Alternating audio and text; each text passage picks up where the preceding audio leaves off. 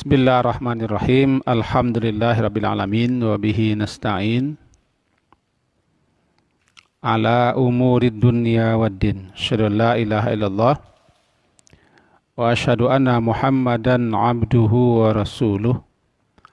Allahumma salli ala Muhammad wa ala ali Muhammad. Semalam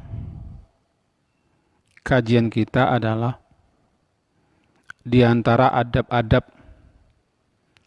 agar supaya doa itu diijabahi atau dikabulkan, diperkenankan oleh Allah Subhanahu wa ta'ala. Hendaklah doa itu diawali dengan memuji Allah, menyanjung Allah, mengagungkan Allah. Kemudian sebutlah dan sapalah Allah dengan nama-namanya. Walillahil asma'ul husna fad'uuhu biha. Allah itu memiliki nama-nama yang sudah sampai kepada puncak keindahannya. Fad'uuhu biha, maka berdoalah kamu dengan nama-nama Allah itu. Ayyamam tad'u falahul asma'ul husna. Dan dicocokkan nama-nama Allah yang kita sebut dengan doa dan permohonan yang kita ajukan. Lalu bersalawatlah. Karena salawat itu sebagaimana kita sebutkan semalam bagaikan sayap yang akan membawanya terbang membumbung tinggi ke langit sana. Dan doa yang tidak tercantum di situ salawat, apakah di awal, di tengah, atau di akhir, di awal dan di tengah juga di akhir, sembarang, maka doa itu mauquf, terhenti, terdiam saja dia. Tidak bisa naik ke atas. Sebagaimana yang disebutkan oleh Umar bin Khattab. Kemudian ada pertanyaan. Tolong kami dijelaskan agak sedikit susunan doa itu. Semenjak daripada menyebut nama Allah atau tahmid sampai selesai. Kalau begitu, mari kita jelaskan sejenak. Sebagaimana yang kita sebutkan bahwa doa-doa yang telah ditunjukkan tempatnya, waktunya, keadaannya, atau saatnya, maka doa seperti itu tidak perlu diawali dengan memuji Allah, menyebut nama Allah dan salawat segala macam. Contohnya ya doa-doa harian, doa bangun tidur, ya kan?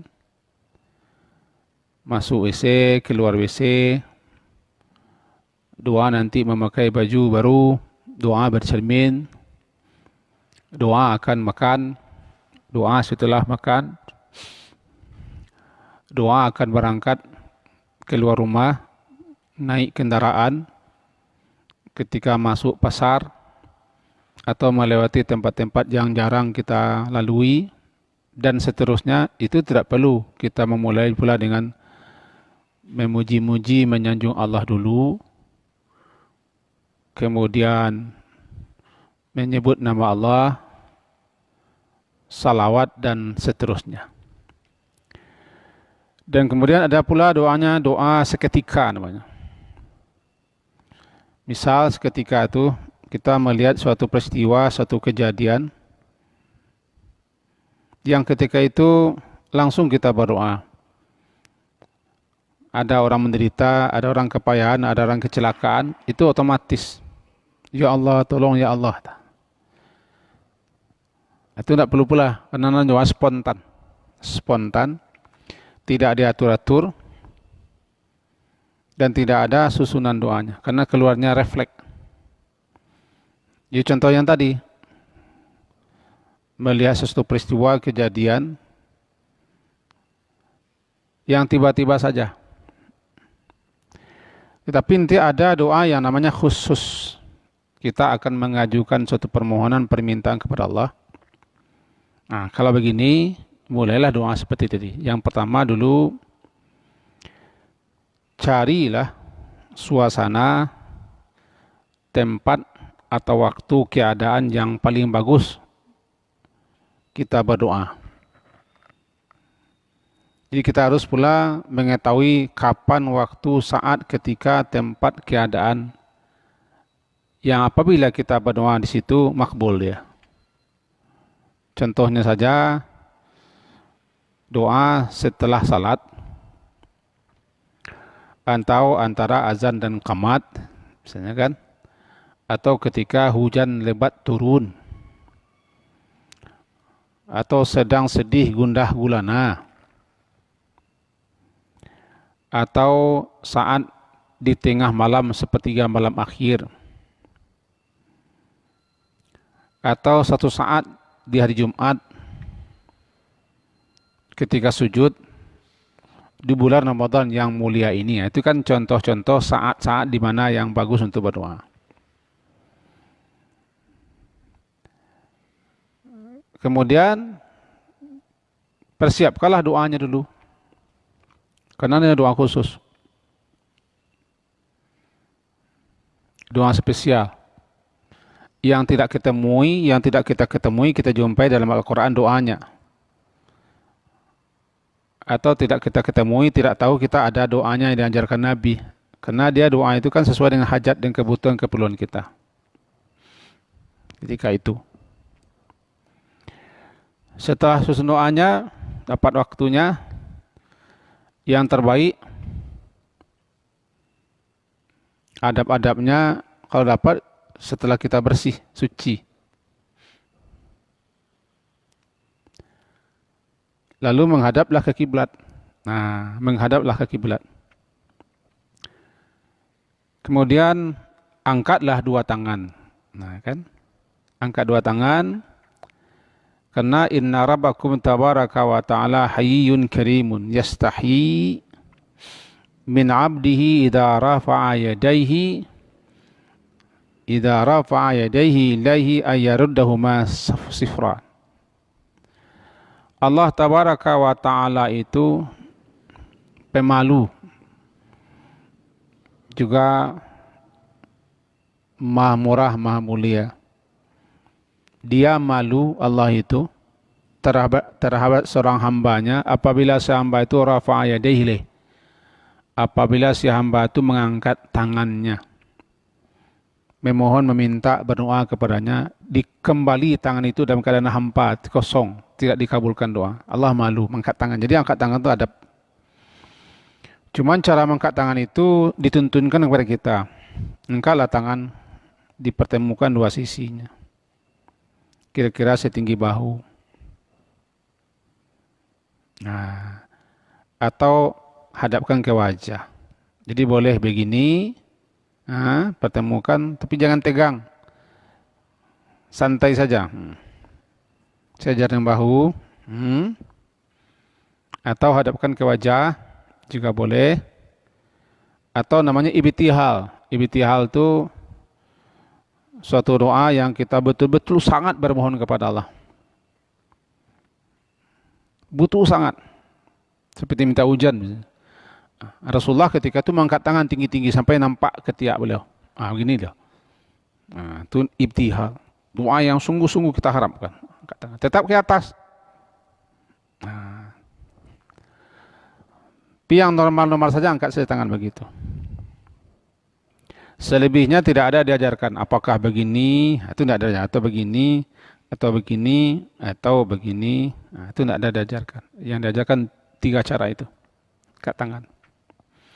Dengan catatan tidak semua doa harus mengangkat tangan. Kan? Tidak semua doa harus mengangkat tangan. Tapi kalau doa khusus ini angkatlah tangan. Tidak perlu ke masuk WC doa angkat tangan pula dulu. Kemudian baju angkat tangan dulu. Doa baju. Dan betul kan? Ini tidak harus semua angkat tangan.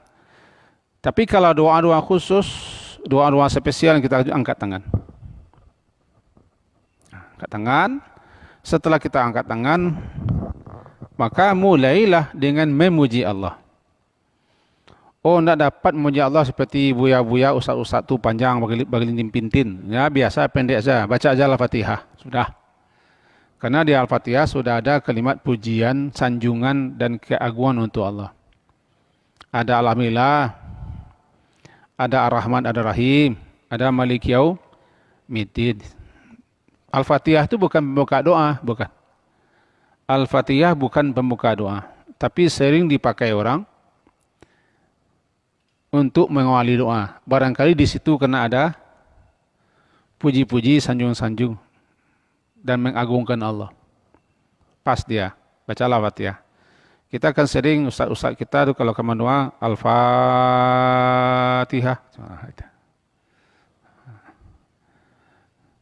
Atau dibacanya ila hadratil Mustafa kiramil Fatihah.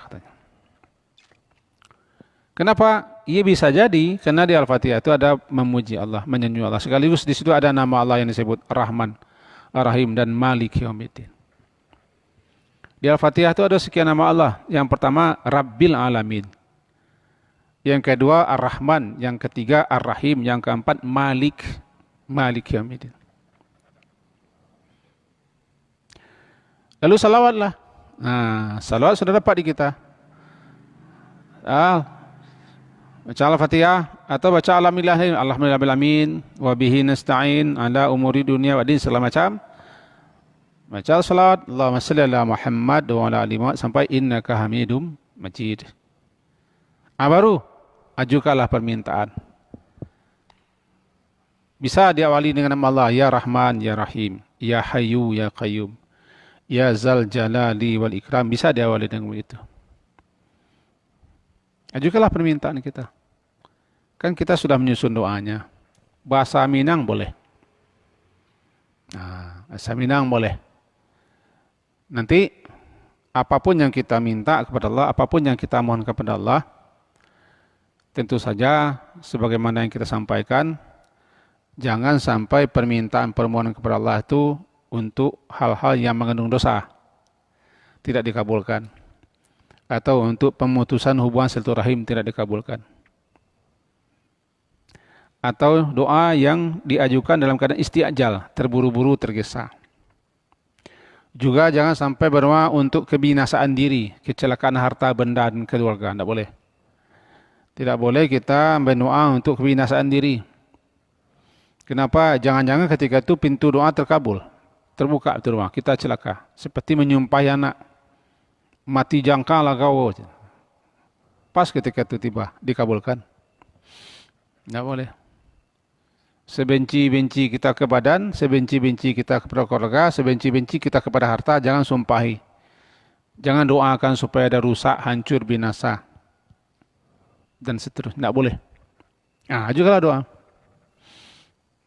Menghibah-hibah, merendah-rendah, penuh harap dan yakin, mengulang-ulang doa itu kan adabnya, ulang-ulang. Tapi susunnya seperti itu. Selang-selingi di tengah-tengahnya dengan nama Allah. Cocokkan nama Allah itu dengan yang kita minta. Terakhir, selesai semua, baru akhirilah doa itu misalnya dengan Rabbana taqabbal minna innaka antat tawwabur rahim. Baru nanti salawat kembali, bagus salawat kembali. Wassallallahu ala Muhammadin wa ala alihi wa ashabihi jami'in, dan seterusnya. Walhamdulillahil alamin. Selesai doa. Apakah perlu pula dibarutkan ke muka, ke wajah? Nah, kebanyakan ulama menyatakan hadisnya yang menyatakan bahwa setelah berdoa itu disapukan ke wajah, hadisnya 5. Terdapat dalam kitab Bulughul Maram dan syarahnya nanti hadisnya 5. Menyapukan tangan ke wajah, 5 sekali. Bolehkah diamalkan? Kalau memang sudah terbiasa, asalkan kita jangan menganggap itu ajarannya, silakan. Kadang-kadang janggal rasanya. Sudah doa itu turun saja. Kenapa janggal? Karena kita sudah biasa menyapukan ke wajah, terasa janggal dia. Lepasnya. Tapi ada juga orang yang menyapukan ke puncak hidungnya. Amin. Entah apa pula gayaan saya tahu puncak hidungnya. Puncak hidung. Ini itu susunan doa. Doanya adalah khusus seperti doa biasa orang Minang, doa malapeh marak pulai, doa syukuran, doa menaiki rumah baru, doa selamatan, doa malapeh orang ke Mekah, doa laki pulang balik misalnya itu. Itu doa khusus. Doa khusus itu. Itulah ringkas kita jelaskan tanpa menyebutkan dalilnya satu-satu. Sebab kalau disebutkan pula dalilnya satu-satu tidak ringkas jadinya. Tidak ringkas jadinya. Nah, berhubung karena pianggang sudah banyak masuk, terpaksa kita hentikan kaji kita sampai di sini karena waktu juga sudah habis. Semoga ada faedah dan manfaatnya untuk saya dan kita semua. Amin. Diakhiri dengan subhanakallahumma wa bihamdika asyhadu an la ilaha illa anta astaghfiruka wa atubu ilaik. Wassallallahu ala Muhammadin wa ala alihi washabihi ajmain.